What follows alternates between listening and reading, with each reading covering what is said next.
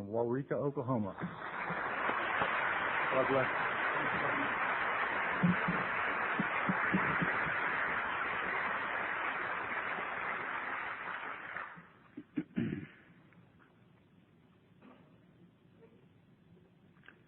My name's Cleve, and I'm an alcoholic. By the grace of God and because of the Fellowship of Alcoholics Anonymous, because of conventions like this, and because of people like you, I haven't had a drink today. And for that, I'm very grateful. And if you'd known me 33 years ago, you'd be very grateful too.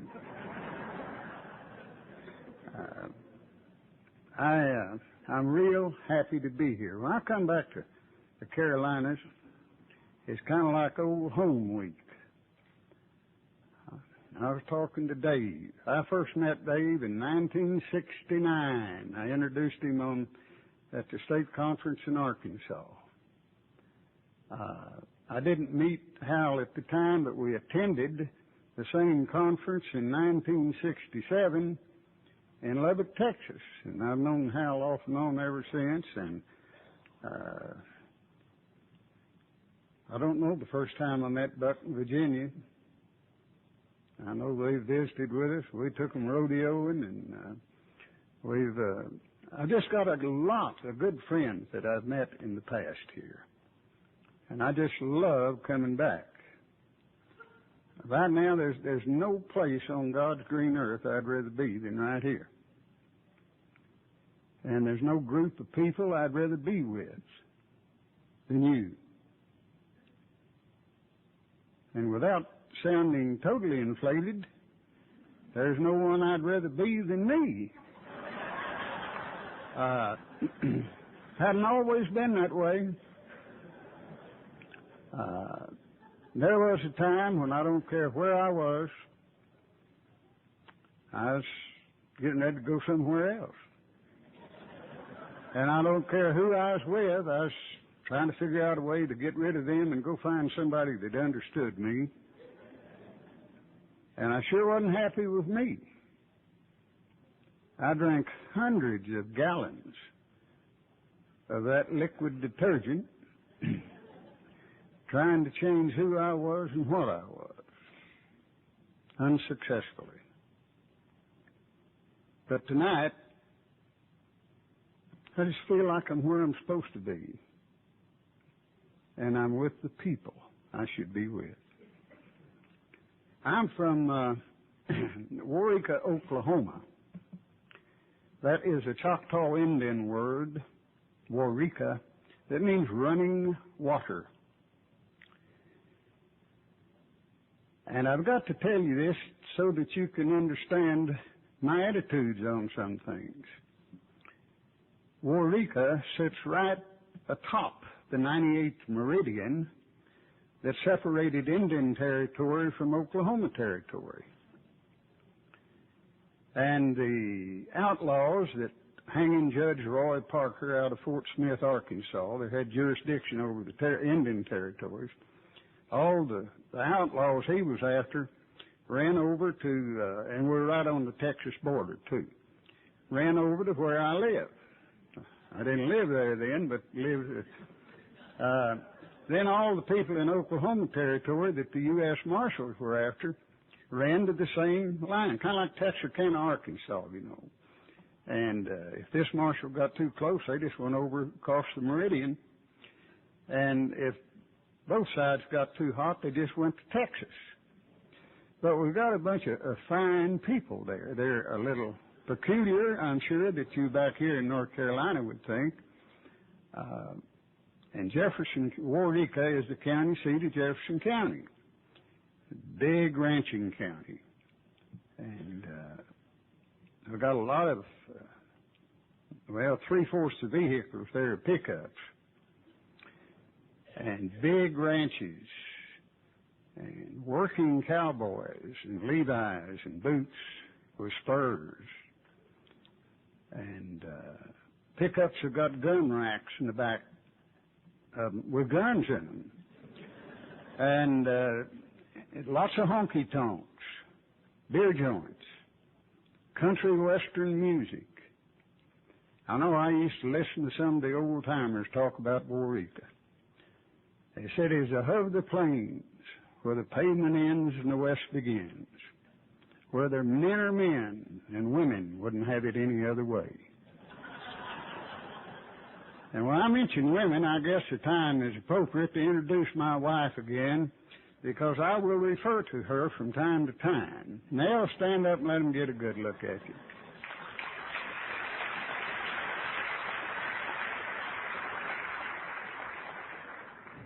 I will tell you that I am a retired state trial judge.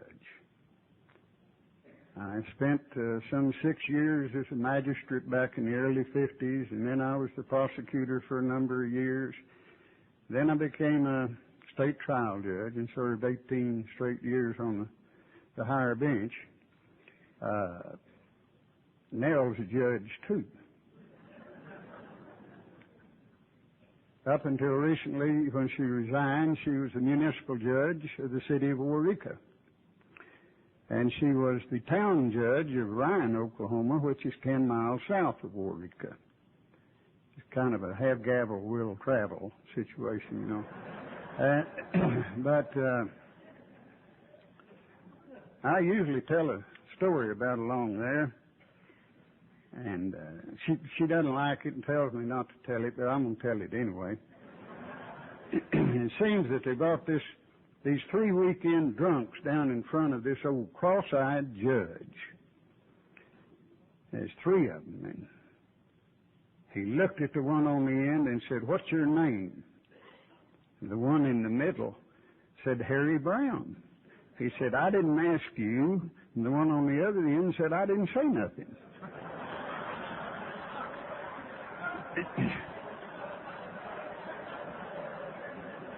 That one usually reminds me of the good Oklahoma rooster out in the barnyard, and he was chasing this old hen and this young hen around the barnyard. He's cross-eyed, old cross-eyed rooster. And the old hen turned to the young one and said, "Hon, we better slow up and run together, or he might miss both of us."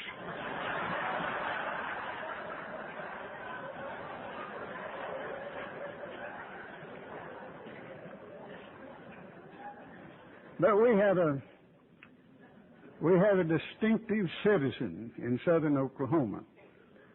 1 year, one 12-month period that I just happened to take it out and look at it. I tried 4 first-degree murder, capital murder cases, death by homicide by firearms. And incidentally, during the terms, I tried 4 simple little cattle theft cases.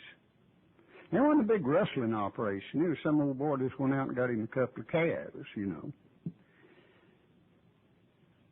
In the 4 murder cases, all 4 of the defendants were acquitted by a jury of 12 of their peers, found not guilty, justifiable. And all 4 of these kids that had stolen 1 or 2 little old calves were convicted and sentenced to the state prison at hard labor. Now that's the way we look at things in my end of the country. We now have a law that's on the statute book. It's called the Make My Day Law. They named it after something Clint Eastwood said one time, that you come around fooling around my house and put me in apprehension, and I can kill you right there. And they can't do anything about it. So if you don't come fooling around with me, don't come to my house, you know. But they have a very strange attitude, and that's the community that I grew up in. I had a most outstanding childhood. Never was very big, but I was an overachiever, and I made outstanding grades in school. I was a good musician. I took part in dramatics and orations and debating, and quarterbacked the winning football team at 125 pounds, and was runner-up in the state Golden Gloves as a bantamweight. I did everything I did real hard. And the Sunday that the Japanese bombed Pearl Harbor, I was playing a trumpet concerto on a fine arts recital. And, of course, that changed my life. I was a senior in high school. And as soon as I got out of high school, I was still too young to get in the Air Force, and that's what I wanted to do. So I went to university for a part of a semester. But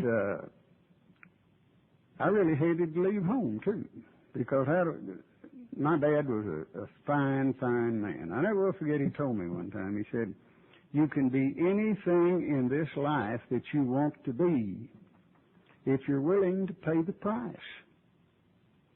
Anything. No dream's impossible if you're willing to pay the price."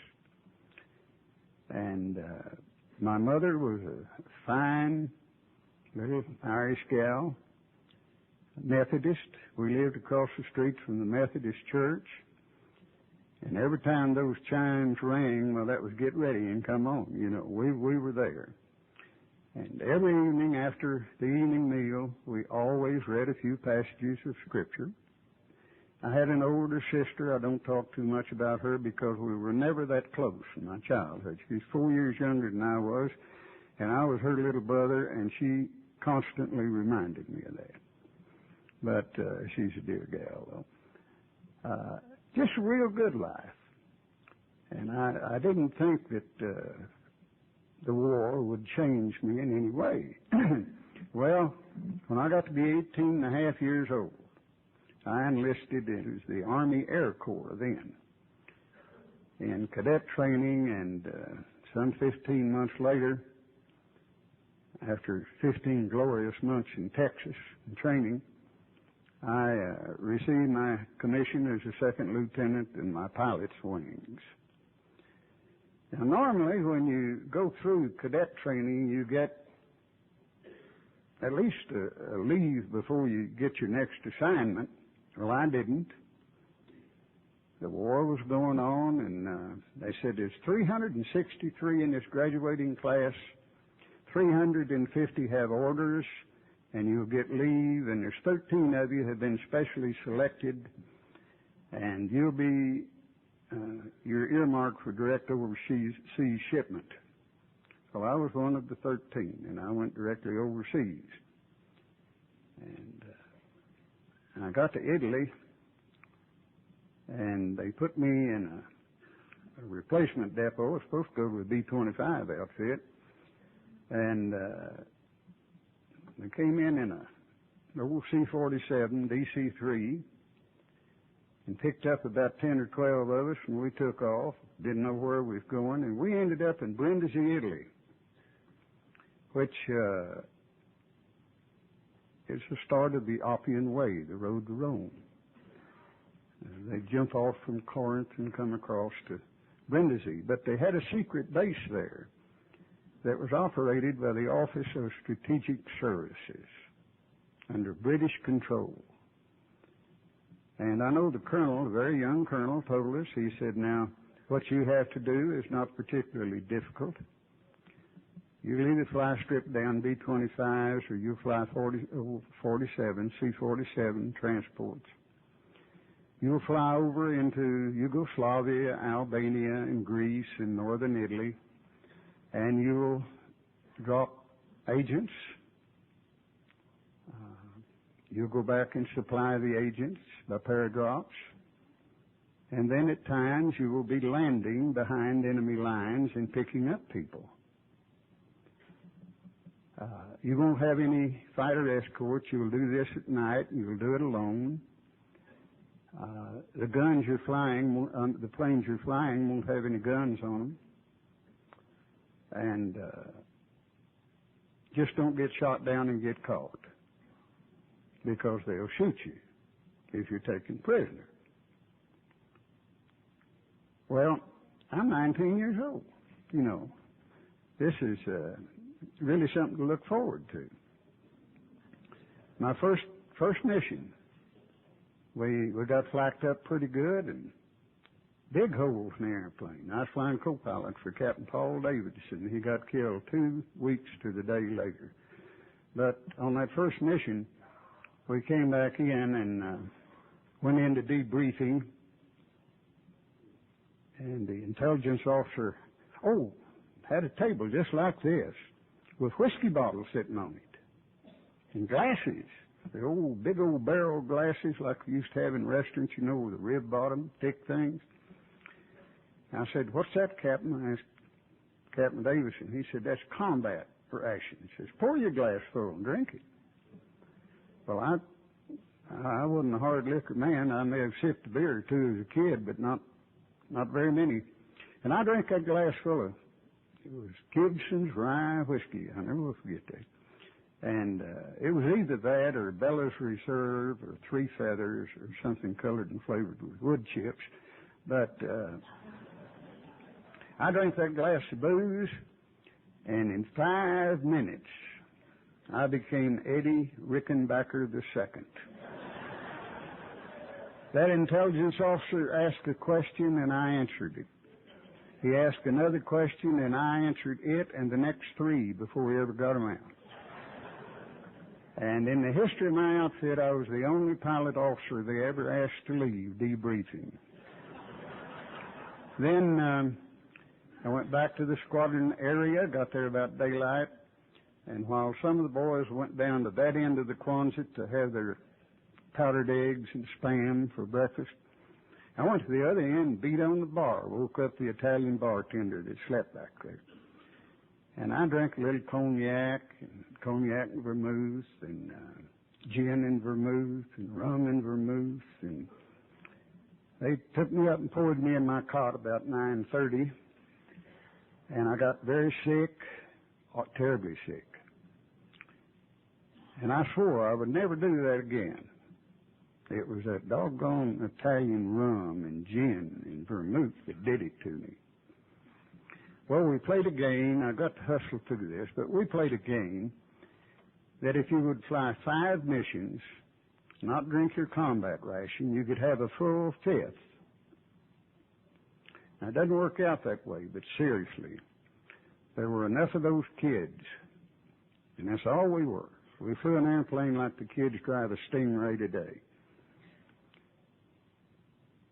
There were enough kids played that game that every time I flew 5 missions, I got my 5th, because 3 or 4 of them hadn't gotten back from their 2nd, 3rd, or 4th.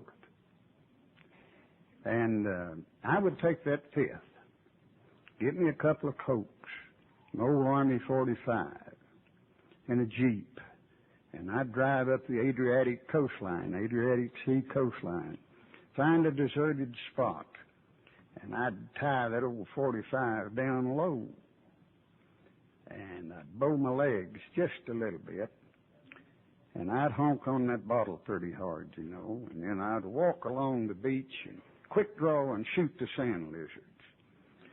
And I was Hoop Gibson or Tim McCoy or Johnny Mac Brown. In fact, we had to shoot out at the OK Corral over there a couple of times. But I'd get tired of playing cowboys and Indians, you know, and I'd turn the collar on my shirt up, become sinister. And I'd be Dick Tracy, and I'd wipe out the underworld. Then I'd run out of ammunition, and I'd walk along the seaside. And I remember my mother had told me about this Greek that had an impediment of speech, and he used to put a pebble under his tongue and talk to the ocean, the pounding surf. Well, I'd put a pebble under my tongue and walk along and deliver dramatic declamations to the Adriatic Sea. And I'd get tired of that, and the bottle would get pretty low, and the sun would get pretty low, and I'd find the highest sand dune I could find, and I'd stand up there and watch the little sailing vessels, the little Italian fishing fleet come back in. And I'd stand up there, and just like Bing Crosby, I'd sing Red Sails in the Sunset. I tell you that because that was a very important reaction I had to beverage alcohol. Not too unlike from that many of you have known. Because for that brief period, it made me who I wanted to be, where I wanted to be, how I wanted to be, when I wanted to be. Just anything I wanted to be, I could be for that booze. I forgot about that when I finally got home for a while, but then came along a moment of stress, and I wasn't happy with the way things were, and I knew I could change it. I don't want to fight World War II because that's 50 years ago, a long time ago. But I had an experience that changed my life at the time and continues daily to change my life. I was flying a mission way up north of Bosnia, Yugoslavia, and going into land. Incidentally, that would have been my 20th landing mission behind enemy lines had I completed it. And we were letting down in the valleys, the Dinaric Alps, very mountainous, letting down to land, and a German night fighter equipped with radar ran right up our tail. Now, the reason we were landing is because we were carrying 5-gallon cans of gasoline. This is in a C-47 transport ship. 5-gallon cans of gasoline, rifle ammunition, and a few crates of hand grenades going into the supply on the Tito's guerrilla armies. And this night fighter ran right up our tail, and you talk about remembering how it used to be. I can stand here right now and feel those tracers go right by my ear into the firewall. He opened up with his machine guns, got it right on us, tripped the switches on 4 forward-firing 20-millimeter cannon, and in 5 seconds, that plane was held in 13%. It went up. We had 800 gallons of 100-octane gasoline in aluminum gas tanks. It didn't even have self-sealing gas tanks. And immediately the control surfaces were burned away, and we were helpless practically in the air, and gave the order to bail out. And I got up, and I didn't wear a parachute, just a harness. I got up, got my pack, and snapped it on, had 2 hooks here in front. And the other pilot and I stood there in the companionway door as the navigator was trying to get his chute on. The radio operator was dead. We could tell that. The dispatcher and the engineer we never saw because the back end of the plane then was red hot.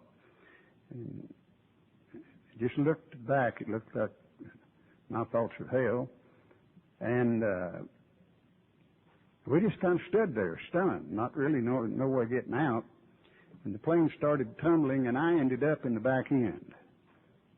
And there were a series of explosions, and I looked up at the prettiest starry sky that you ever saw. A whole section of fuselage had been blown away. And I found something to get my feet against, and I dived. And I never had made a parachute jump before.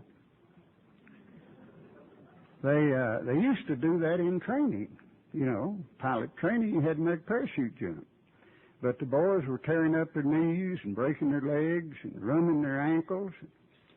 Finally, somebody real smart in the Pentagon said, why practice something you have to do right the first time anyway? And so I never made a parachute jump, but I'd read the book. And it said after you're sure that you're clear of the aircraft, grasp the D-ring or the ripcord firmly and pull. Well, I'm out of the airplane, and I reach the ripcord, and it's not there. For about that long, I tried to get back in the airplane. But I clawed at my pack and in my Phrygia, I'd put it upside down and backwards. The ripcord was over here. Now, it'll work. So all that stuff comes off and hits you in the face. And I don't know how fast I was traveling through the air, 300 miles an hour probably at the time that chute opened. And it was a tremendous jerk. And I was swinging violently, and I looked up just as the airplane hit the mountain. Wasn't too far from me. And it hit the mountain at just the angle of the mountain.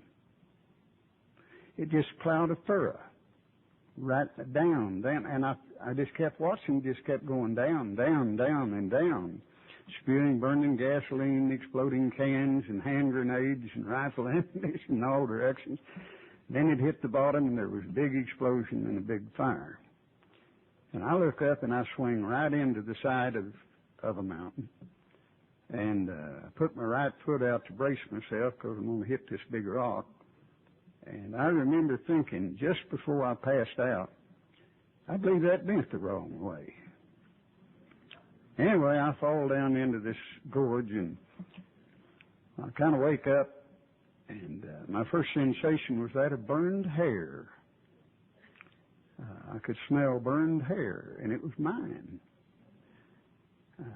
My crew cut was considerably shorter than Dave's, and you put a blowtorch to that for about 5 seconds, and you slick as a cue ball. And that's what happened to me. But I gathered my chute under me and huddled up there in the rocks, and by then there was a truck had pulled up at the crash down in the valley, and I was absolutely scared to death. That was the first time in my life I had ever been alone. Never before. I'd always had my scoutmaster, my band director, my boxing coach, my football coach, even my older sister. I'd always had somebody, but I didn't have anybody. And I wondered why I was still alive. I knew the other 5 hadn't made it. I knew that. And why was I still alive, laying up here on the side of a mountain to be captured and killed? And in my desperation, I said, what am I going to do? What am I going to do? The burning of the wreckage in the valley, quite a fire, was silhouetting the peaks. I could see the peaks. And I thank God for this Methodist mother that reared me right. Because when I said, what am I going to do? The words of the psalmist came to me. I shall lift up mine eyes into the hills. From whence cometh my help? My help comes from God that made heaven and earth. And I said, God, I don't know why I'm still alive. Maybe sometime, somewhere, you got something for me to do. But I can't do it here. And it's a long ways back. But I'll do everything within my power to get back and do what you want me to do and be what you want me to be if you'll just help me. And I didn't hurt as bad, and I wasn't afraid anymore. And somehow, that night, I climbed up over that mountain and headed south, where I knew I could find some of Tito's guerrilla armies. And it's a long story how I got with the peasants and how they finally got me with a member of the Red Horse Brigade, a British commando that was a liaison officer, how he got me on up to in the mountains with Tito's army and covered an awful lot of mountainous territory over there. But I got back, and they gave me the chance to come home. Figured I was psycho. And to prove that I was, I volunteered to stay over. And I was still flying when the war in Europe was over. And I changed theaters and was still flying when the Japs gave up. And I got back to the University of Oklahoma in January of 1946, 21 years old, a captain with an awful lot of ribbons and stuff, you know. And I was pretty damn great. And I went in and I told the dean of the Arts and Science School, pre-law, I was pre-med, I went back, thought I was going to be, but I figured out if I went to medical school, I'd be an old man at 27, 28 years old by the time I got out there. And disbelieve I'll go to law school. So I told them what I wanted to do. And from January of 1946 until September 1949, I completed the equivalent of 7 years university and got my law degree. And the most pleasurable time in that was the last summer in law school, my last semester, because I got a full semester's credit due to the hours I took. Nell and I got married. And we spent 3 months on the campus, Norman, Oklahoma, so broke that we ate okra, fried, boiled, any way you can cook it. We drank coffee black mainly. Once a week we might go to the show. We'd pop our own popcorn and take with us. And but somehow we made it through and I graduated. I got a job as a government attorney in Tulsa. And we moved to Tulsa and lived it up for a while. 1 year, and that's all I wanted. Then we moved back to the shortgrass country, back home. And things could not have been better. I hadn't been there back home practicing law, but less than a year. And vacancy occurred in the county judge or the magistrate's position, and the commissioners appointed me. And I served 6 years in that position. Finished up that term, was reelected twice, 2 more 2-year terms. Then I decided I wanted to be a prosecutor, the DA, so I tried that for a while. And it was while I was the prosecutor that bad things began to happen to me. You see, I was overpressured, and due to a series of unfortunate occurrences, I began to drink heavily. And I was prosecuting 2 armed robbers in one of the biggest cases that had hit that county. And I spun on my heel to emphasize a point to the jury and fell flat on my reputation right there in the courtroom. Well, it was all over the county the next morning that the DA had been drunk while he was trying these guys. The jury convicted him. I didn't have a lot to do with that, but I didn't seek re-election and began to practice law. Now, I'm real interested in the research they've done in alcoholism. They have come up with the fact that undoubtedly, if you're like I am, you have a substance that's in your brain called tetrahydroisoquinoline that if you drink booze, the booze goes up after its first transformation, mixes with that, and releases what could be the addictive agent in heroin or morphine. The endorphin system works. And so a drink doesn't do something to me, it does something for me. And then I, of course, developed the phenomenon of craving that we read in the doctor's opinion. And also now they say that we are genetically predisposed toward this condition. This may be true, but all I know in my case, I drank too much, too often, too long. and I became totally and completely dependent on beverage alcohol to exist. Now, when I went into private practice, I had the most tremendous clientele that you've ever seen. Big ranchers, bankers, and what have you. And I knew that most of them didn't want a drunk lawyer. So I kind of made a list of all my good clients, and I thought, I don't want them to catch me drinking. One by one, they'd catch me drunk. I just marked them off, say they wasn't a very good client anyway, you know.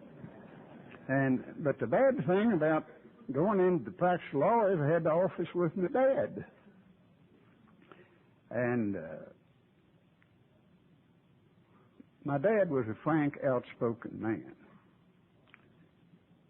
I know one morning he came in, he wasn't supposed to be down there that early. I had to get down there to get a drink. But he came in and he said, "Son," that's what he used to say when he meant business, "Son, are you drinking around my office?" And I said, "Yes, sir." He says, "You're drinking vodka, aren't you?" I said, "Yes, sir." He said, "If you're going to drink around my office, drink some scotch or bourbon, something that'll smell. I'd a hell of a lot rather have people know you were drunk than think you were a damn fool." And then I graduated from law school with a Bachelor of Laws, and then a few years later did a little more work and got my Juris Doctor degree. And that delighted my father, because then when some of his old colleagues would come in, he would say, "Come here, I want you to meet my son, who's educated far beyond his intelligence." But I began to get arrested, and here are all these old buddies of mine that I'd helped so much while I was in office. The sheriff said, "I'm going to break that little SOB." He never did say whether he meant physically, financially, mentally, socially, but he almost broke me every way that there was to break you.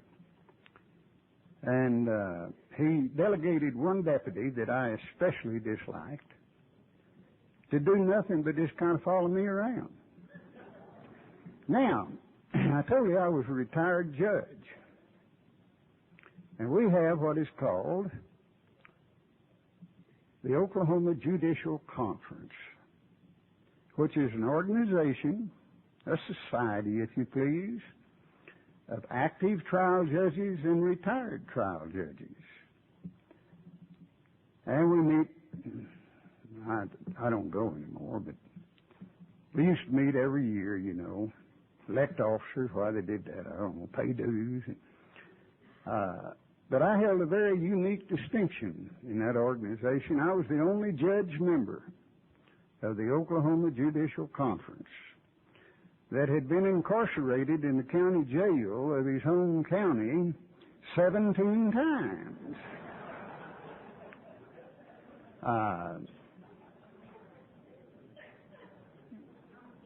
I always wore good clothes. I was the best dressed drunk in jail. I wore white shirts, black string ties, black boots, little snap brim brush beaver hat, colored glasses, you know. And I had fluctuations of weight in my serious drinking days. Depending on what I was drinking and how I was looking after my physical condition, I would get somewhat bloated. And so I had my fat clothes.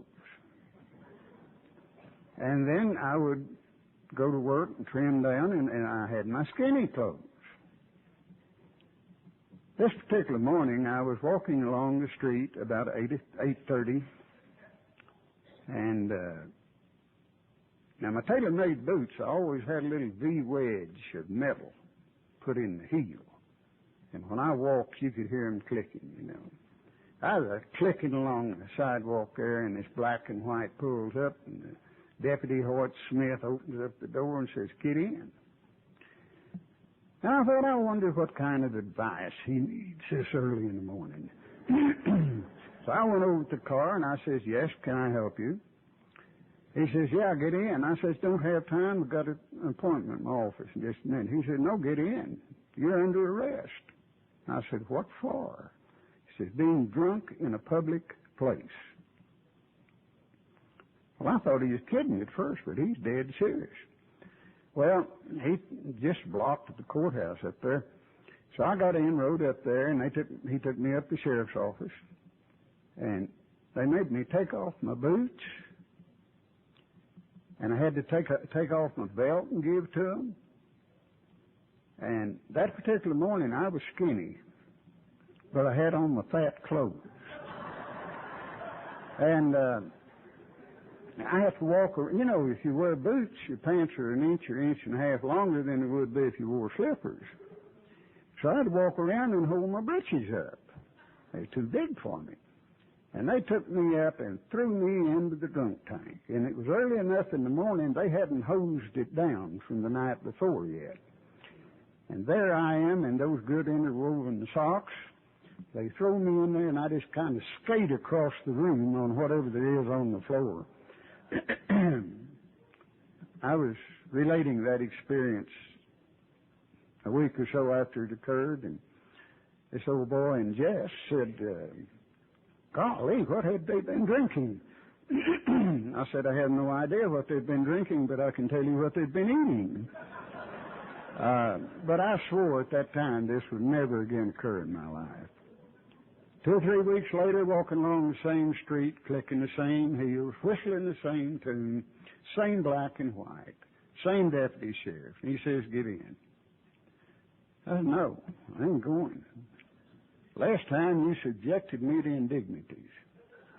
Well, he reached behind the seat and pulled out his blackjack. Now, you've never seen a blackjack till you see the ones that Oklahoma deputies used to carry. They're at least that long. They're made out of black leather.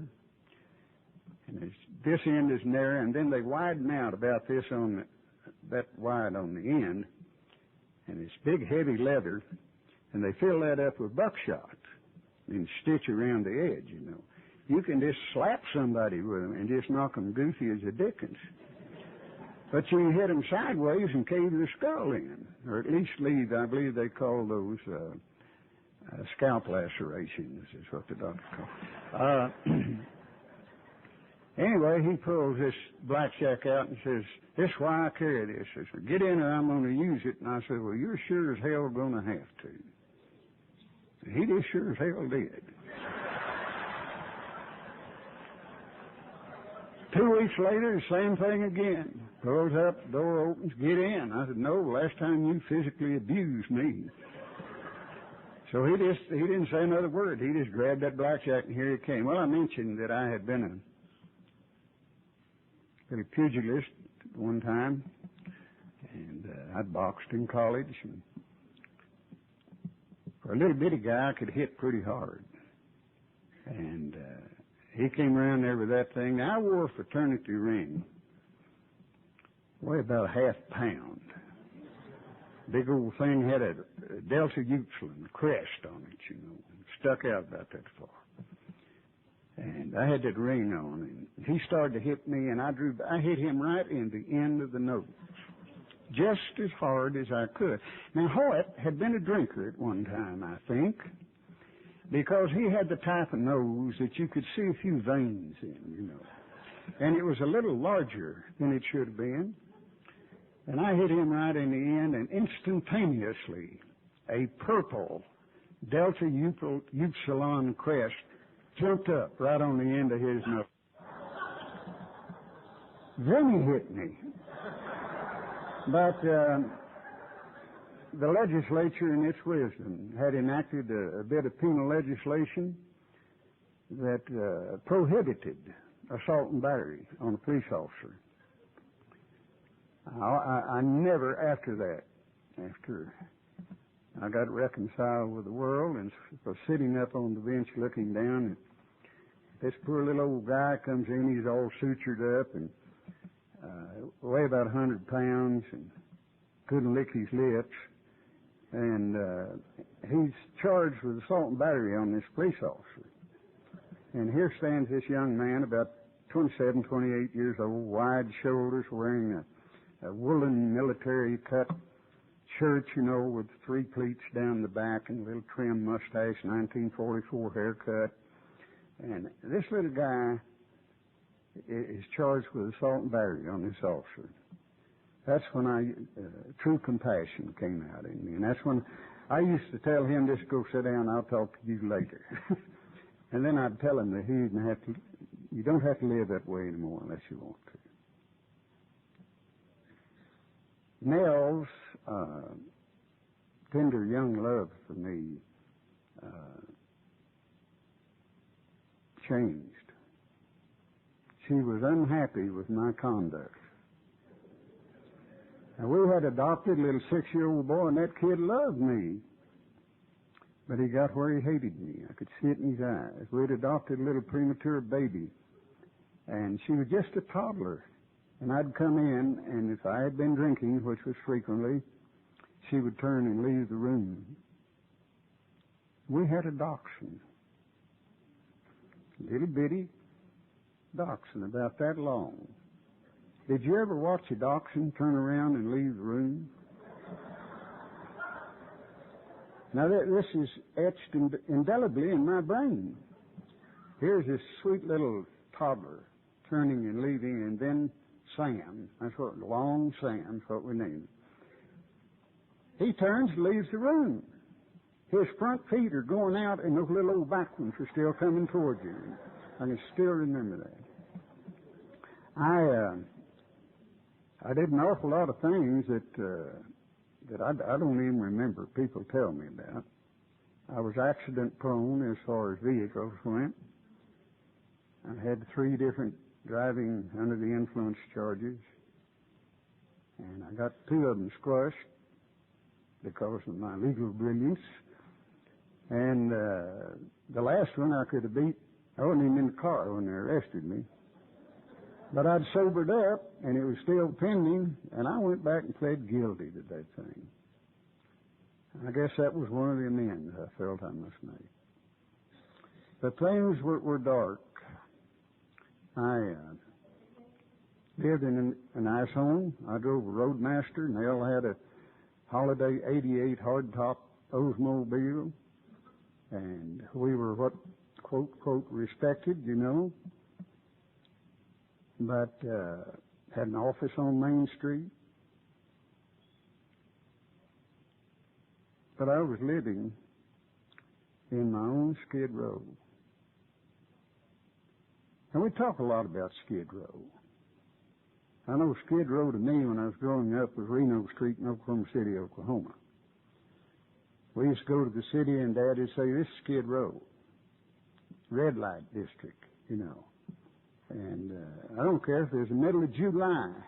You'd go past a doorway, and there'd be an old boy standing in there with his coat pulled up like he was cold in July. And there's always a waybill or a newspaper.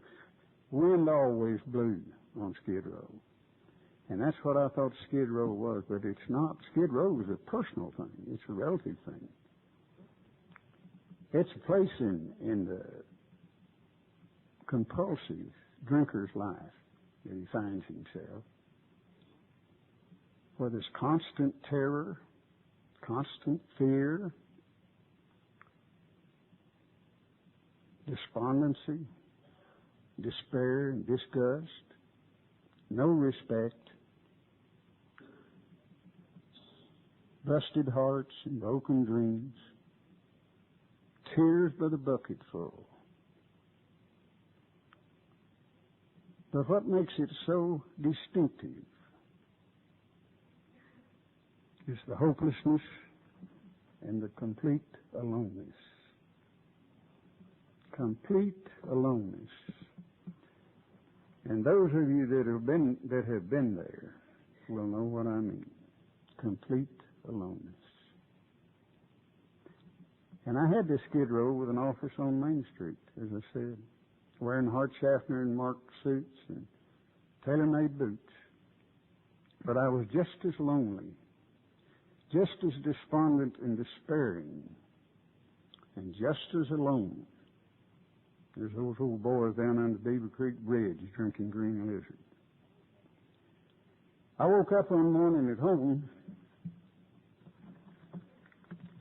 laying on the couch in the den, completely dressed. I didn't even care if my car was in the front yard or not. That's the first thing I do is check, see how I got home. But Nell was getting ready to take the kids to vacation Bible school, and I said, Nellie, when you get through there, go down and open up the office, and if anybody wants me, you tell them I'm in Detroit, Michigan. And I laid there on that couch and tried to think, but I was sick. And I remember going into the front bath, bouncing off the wall as I went down the hall, kneeling in front of the throne. And we were talking about this last night. We were talking about Sterling W. from Greenville, South Carolina. I spoke with him up in Canada one time, and he told about what he did when he got sick. Well, I used to try to describe upchucking, vomiting, puking, barking. It just didn't describe what I did that morning. And then I heard Sterling. He said, I unswallowed. And that's exactly what I did that morning. And I pulled myself up and looked at myself in the mirror and ran a little cold water over my face. And I stared in the mirror, and it scared me to death because I didn't know who I was.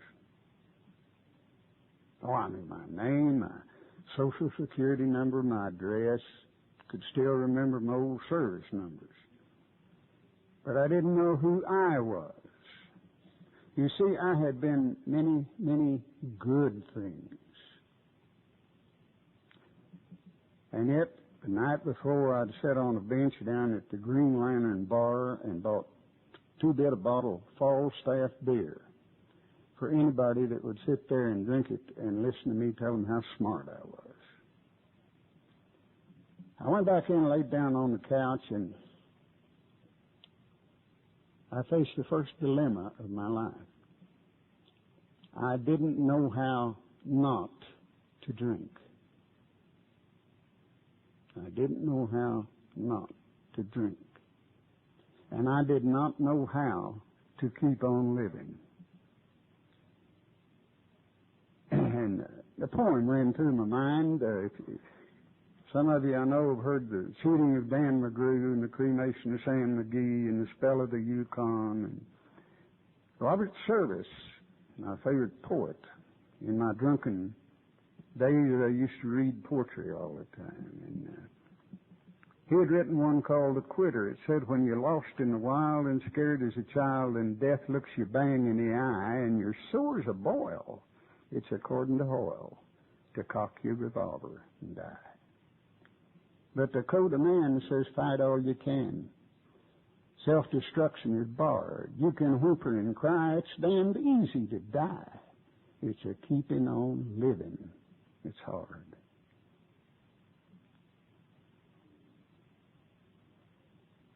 And I got a little control of myself, and I thought, I've got no one to help me. And I was just as afraid, just as hurt, just as weak as I'd been that night on that mountain in Yugoslavia. And in the same desperation, I cried out, what am I going to do? A miracle of miracles. And the age of miracles is not dead. I heard the same words as clearly as I'd heard them that night.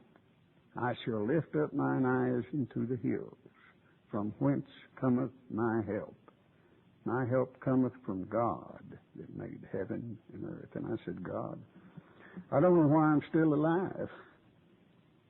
Maybe sometime, somewhere, you got something for me to do, but I can't do it here.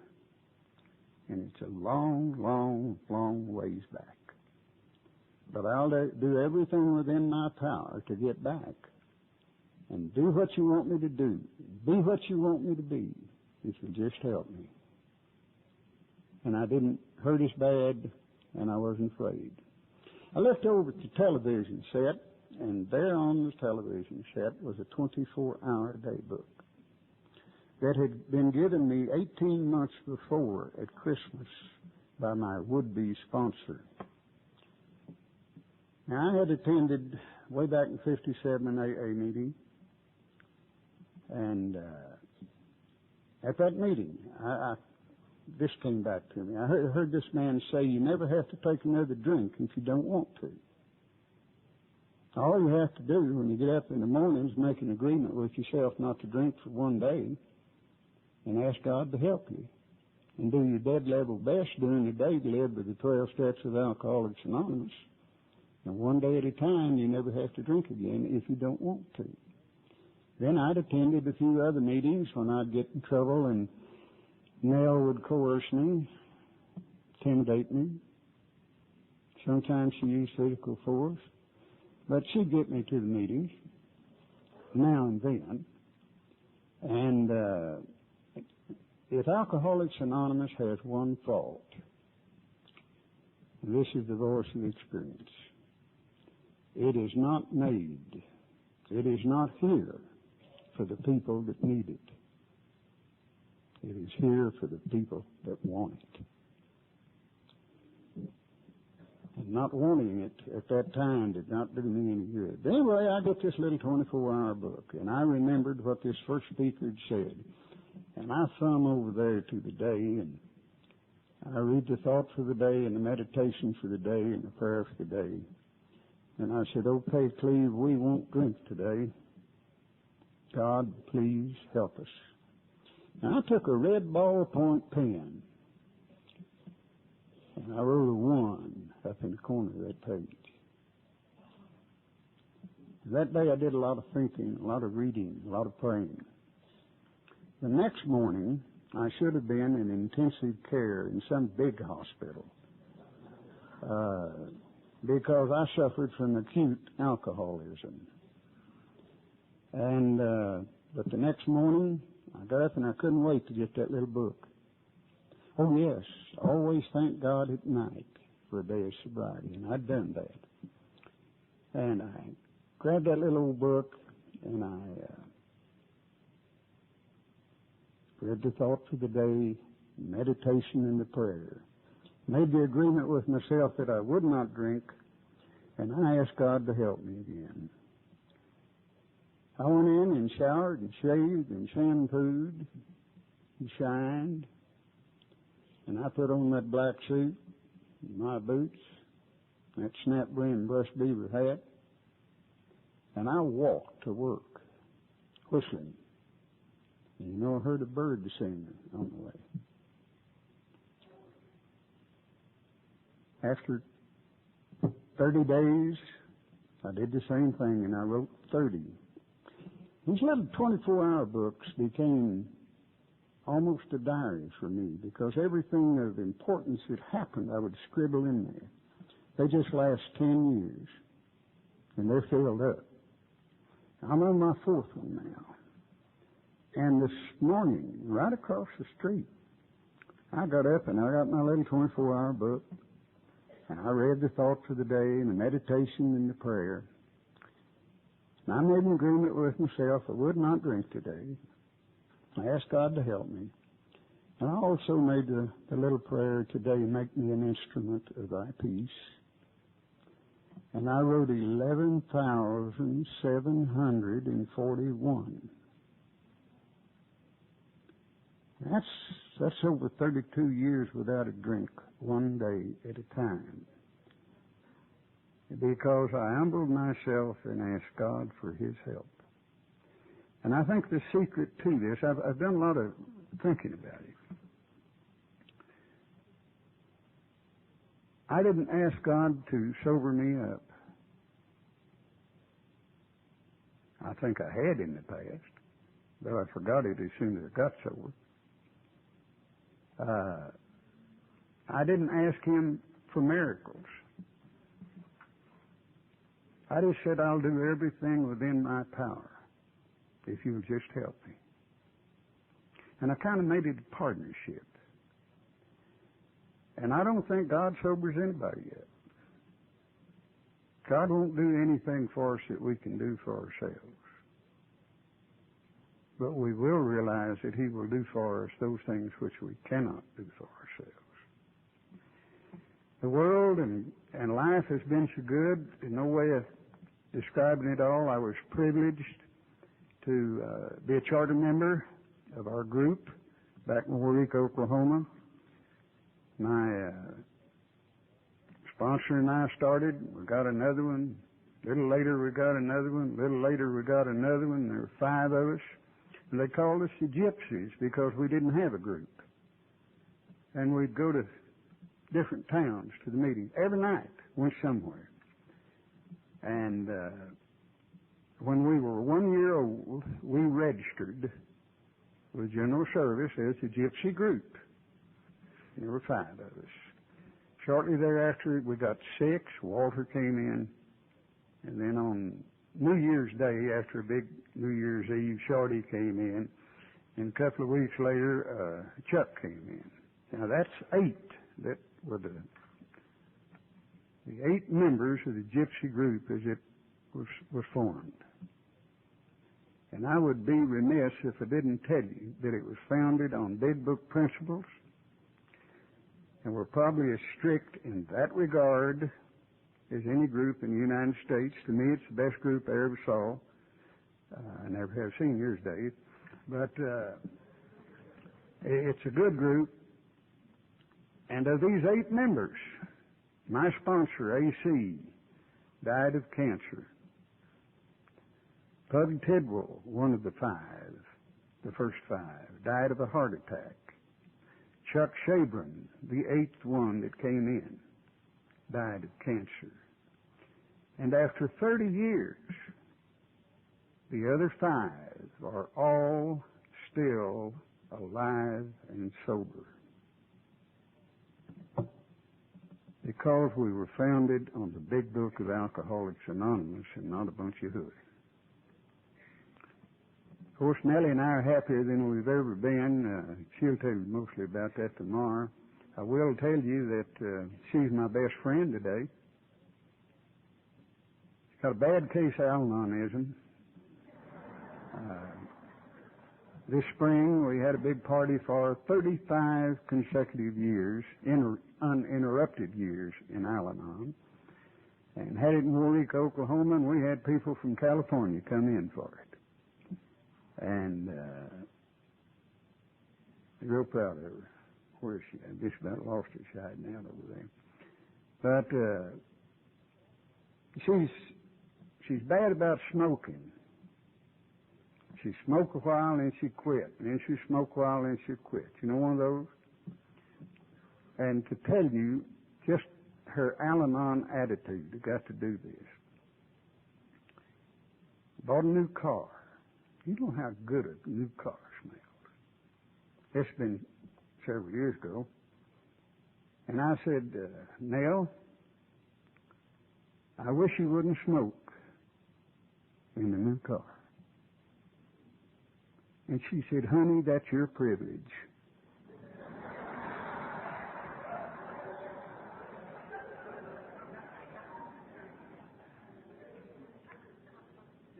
I said, I don't like it. She said, you don't have to. But we get along fine.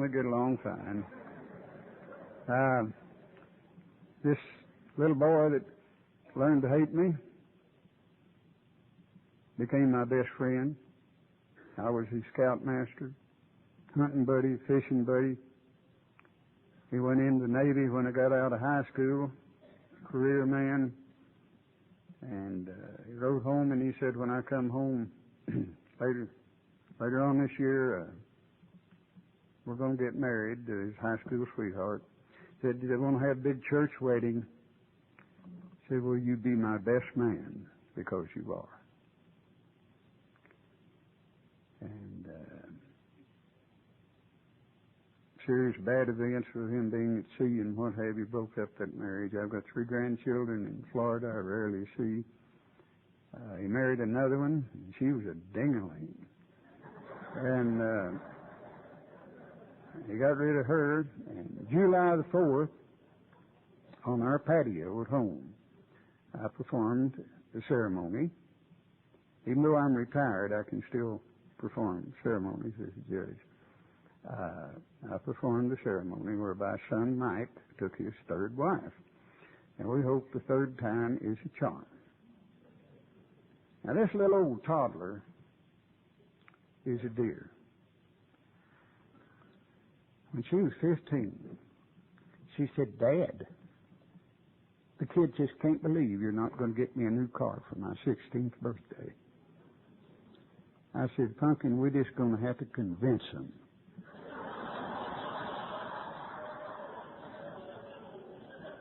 You see, I didn't want to get her a car because I had the privilege of driving the little doll to school every day. There she was in high school, still driving her. Drive up in the big circular drive, and you watch the mothers and the daddies and the kids in the car in front of you and the ones behind you. They just yeah-yahing at each other's throats, you know. No love being expressed. And the kid would get out, slam the car door, and stomp off into the school. Never Rebecca. She never got out of the car. But what she said, "Have a good day, Dad. I love you." That's why I didn't want to get her the new car. She got it on her 17th birthday. But, and she's still that way. She calls me 4 or 5 times a day. Just calls Daddy and says, "How you doing?" I say, "Doing fine. But don't forget I love you." Click. That's it. But she's my gal now, and she's furnished me 3 grandkids. Then, running out of time. 1968, Nell quit smoking one of her times. She said, "Something's wrong with me." She said, "I'm messed up physiologically all over." And I said, "Well, it could be nicotine withdrawal." So she went to the doctor, and she was pregnant. Now, she was a female who had been pronounced incapable of conceiving. And here we are. She's about 40, and I'm 45, and she's going to bear me a son. Well, there's no fool like an old fool. And I already knew that in 1988 that my son would win gold medals in the Olympics. That is, if they let him off from Oxford over there, because he was going to be a Rhodes Scholar. Well, when Christopher was born, difficult as it was to eventually accept, he had Down syndrome. And this just didn't sit well with me at all. Because really back then, and that's 28 years ago, they called it Mongolism mainly, and Mongoloid was a dirty word. And we stood by his little old bed and said, "God, change this. Change this." And God performed a greater miracle than that. God changed us. And let us accept what we couldn't change. And it's a terrible thing for you to hear me say, but I don't know if I'd change old Chris if I could now. He is the greatest lover this world has ever known, because he loves for fun and for free. He loves everyone. And I can tell you why he does this. I tell you why this Fellowship of Alcoholics Anonymous works. When Chris couldn't say Christopher, that's his name, he was sitting in Nell's lap in the den one day, and he looked up and said, "Mama, I love you." Looked over at Rebecca and said, "Becca, I love you." looked at me, said, Daddy, I love you. Then he just threw out his little old chest and said, and Philipper, I love you. That's what he called himself. Well, we chuckled about that, and back then I used to have to drive to Duncan, in another county, whole court up there all the time, too. And I was driving up down the highway, and I was chuckling about what Chris had said, and it dawned on me. Christopher can care for me and his mama and his sister because Christopher cares about Christopher. To him, he's the greatest thing in the world. And Christopher can love me because Christopher can love Christopher. And then I thought about Alcoholics Anonymous. It's got a chapter on how it works. Do you ever stop to think why it works? Take an old, pukey, sarcastic, unlovable, smelly drunk like me, repulsive drunk like me. He can walk through the door, just like that back there, into this room of people, and find himself in the midst of the strangest breed of cats that God ever created. Because the people in here not only can tolerate a drunk, but they can care about him and they can love him. And here's a person that has no prestige, no self-respect. He is a no thing, a nobody. And he walks in and you put your arm around him. And you say, glad to see you. Come on in. Let's have a cup of coffee and talk. And he's astounded because here is a person that looks clean and smells clean and is clean that puts his arm around him. And inherently, he stands just a little taller in his own mind's eye. And they tell him, you're a child of God. Yes. Either we all are or nobody is. You're a child of God, and you're entitled to personhood and respect as one of God's children. So he stands a little higher, and when you tell him this, he thinks, well, the one that's talking to me is one of God's children too, you know. So to the extent that he lets you bolster him, he can begin to at least respect you. Then he comes back, and you tell him this again, and you care for him, and you love him again. Slowly, he builds up to the point that he can like himself. Then he builds up to the point, because of your input, that he can love himself.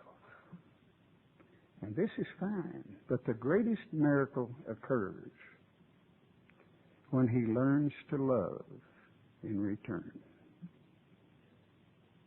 And then he's sitting in a room such as this, and here comes another old, repulsive, obnoxious, smelly, stinky drunk. And who's the first one up to put his arm around him? To carry the message, to pass it on.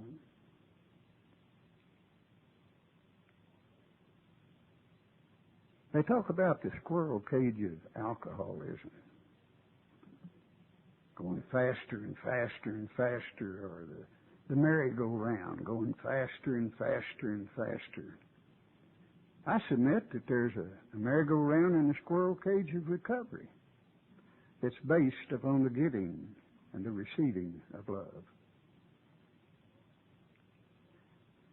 Alcoholics Anonymous is a fellowship of men and women who share their experience, strength, and hope with each other, that they may solve their common problem. But Alcoholics Anonymous is much more than that. Alcoholics Anonymous is a brotherhood of the second chance,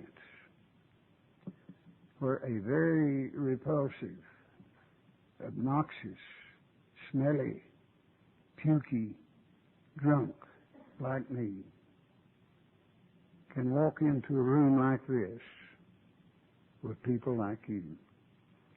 And because of what he finds there, learn to love and be loved in return. And for this I thank you.